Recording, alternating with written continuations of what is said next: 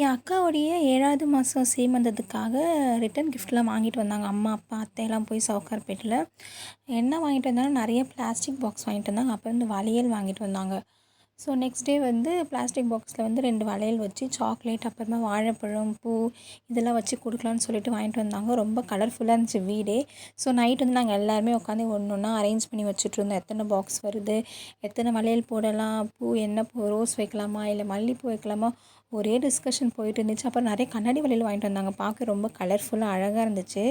So அதுலேருந்து நாங்கள் ஒரு சில வளையல்லாம் எடுத்து எது எதெல்லாம் அழகாக இருக்கோ ஸோ அதெல்லாம் தனியாக பிரித்து வச்சு அதுலேருந்து நாங்கள் வந்து அந்த பாக்ஸில் எடுத்து போட்டோம். சீமந்தமும் சூப்பராக முடிச்சிச்சு. ஸோ அதோட மினி விலாக்லாம் நெக்ஸ்ட் நான் அப்லோட் பண்ணுறேன்.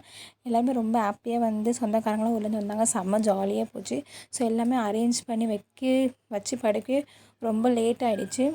அவ்வளோதான், பாய், டாட்டா.